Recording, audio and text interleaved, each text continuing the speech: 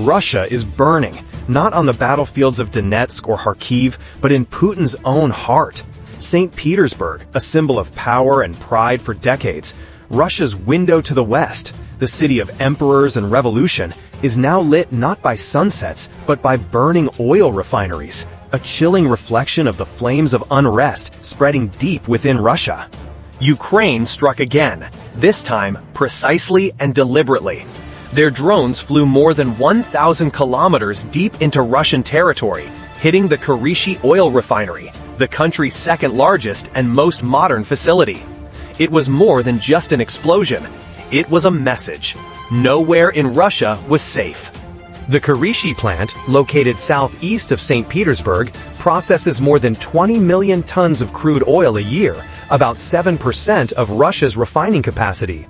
It fuels not only the city, but the entire northwestern flank of the Russian army. On the night of October 3, wave after wave of Ukrainian drones overcame Russia's multi-billion-dollar air defense system, the S-400 systems that Moscow had once declared invulnerable. Flying low, silent, and undetected, they approached the plant and attacked with surgical precision. Within minutes, the entire facility was engulfed in flames. Videos from residents circulated on Russian social media, the glowing columns of fire visible for dozens of kilometers. Военные официалы кололи это minor incident. Сателлитное изображение показало труд, a vast area of total destruction. Как файрфайтеры работали, пытаясь потушить пожар, a second и third wave of drones descended on the site, targeting repair crews и other active areas. The message from Ukraine is clear. This is not just a tactical attack, but a blow to the heart of Russia's economy. Oil and gas, Putin's last lifeline, is the lifeblood of his wars, his propaganda, and his political power. But now that foundation is crumbling. Even Russia's Ministry of Labor admits that by 2030, the country will be short about 11 million workers.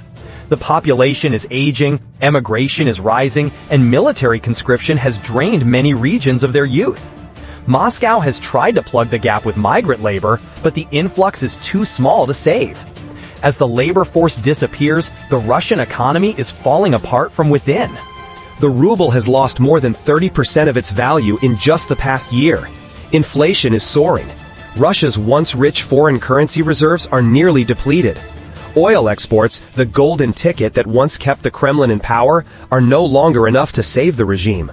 According to recent intelligence estimates, the Ukrainian attacks have taken out more than 13% of Russia's refining capacity. Each plant that is knocked out represents billions of dollars in lost output, export earnings, and repair costs, and recovery is nearly impossible. Modern refineries like Kirishi rely on Western components, compressors, turbines, control systems made by companies like Siemens or Honeywell. The sanctions prevent Russia from importing these components, meaning that each successful strike would not only damage the facility, but also wipe it out forever. At gas stations across Russia, the crisis is becoming painfully apparent. Cars stand in lines for hours, drivers sleep in their cars waiting for fuel that never arrives. In many cities, signs hang on pumps, "No gas." Half of Crimea's gas stations have closed. In some regions, gasoline is rationed, just 20 liters per car.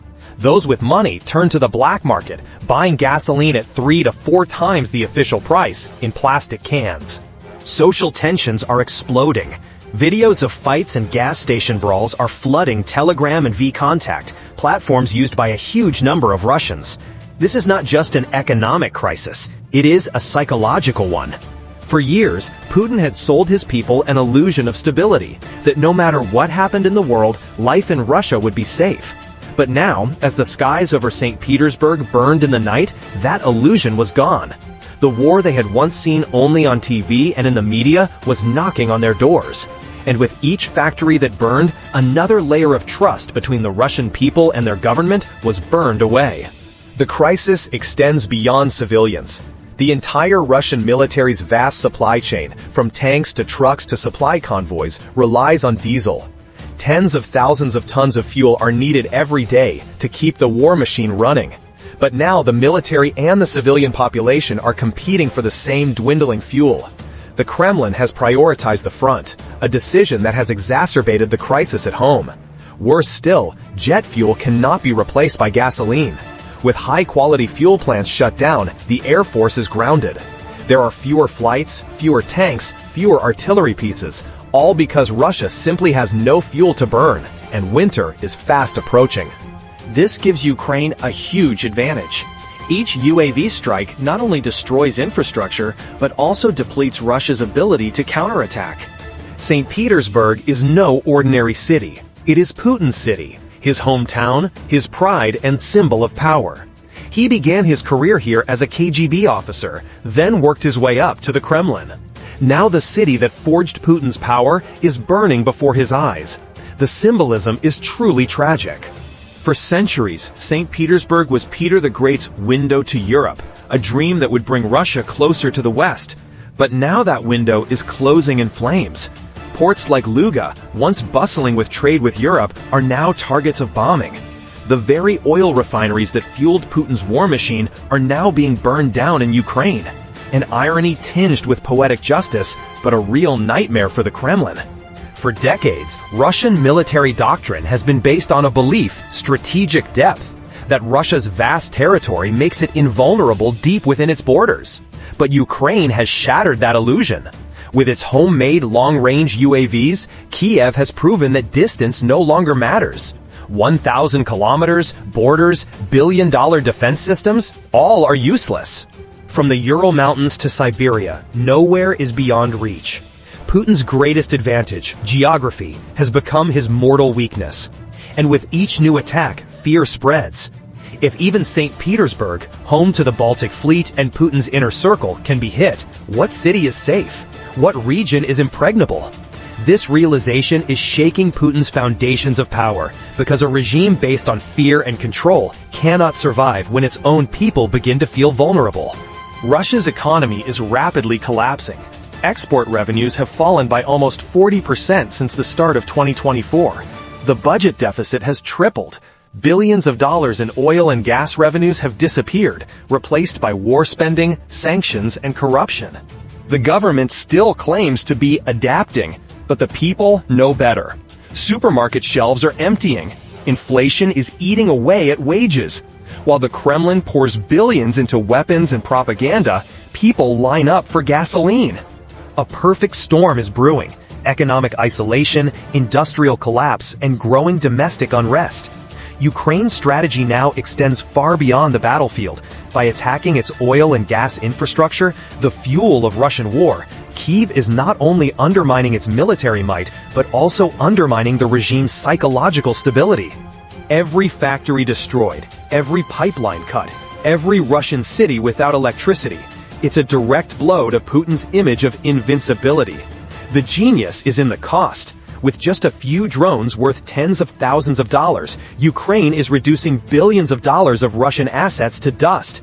It's economic warfare at its most effective, the kind that can bleed a superpower without firing a shot, and it's clearly working. Putin's power has always been based on a promise: stability. But that promise has now been broken. When the lights go out, when gas stations run dry, when smoke and flames rise from the St. Petersburg skyline, people begin to ask, what are we fighting for? Why should our son die when we can't even buy fuel? These are questions no government can silence forever. What began as a campaign of conquest has now become a war of survival, not of Ukraine, but of Russia itself. And as the flames of Kirishi burn across the northern sky, it marks not just devastation, but the slow, inevitable collapse of a system that can no longer sustain itself. Thanks for watching. If you value independent journalism, free from corporate or government influence, please like, subscribe, and share this video. Your support helps us continue to deliver the truth without fear, without censorship. On the current war map, the line between offense and defense seems to be gradually blurring.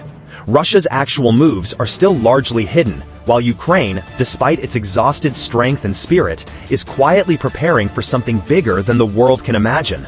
Sources from the front line warn that a brutal winter is quietly approaching.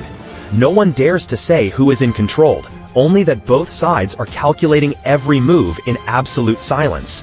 Behind the cold diplomatic statements are hidden chess moves that have never been revealed. And with each passing day, the world is one step closer to the edge of danger. Is this just the calm before the storm, or the beginning of an escalation not seen since World War II? The answer, perhaps, is slowly taking shape. We will continue to monitor closely and update the latest developments. Don't forget to subscribe to the channel, because sometimes just one piece of news you come across today is the starting point for the turning point of the whole battle tomorrow.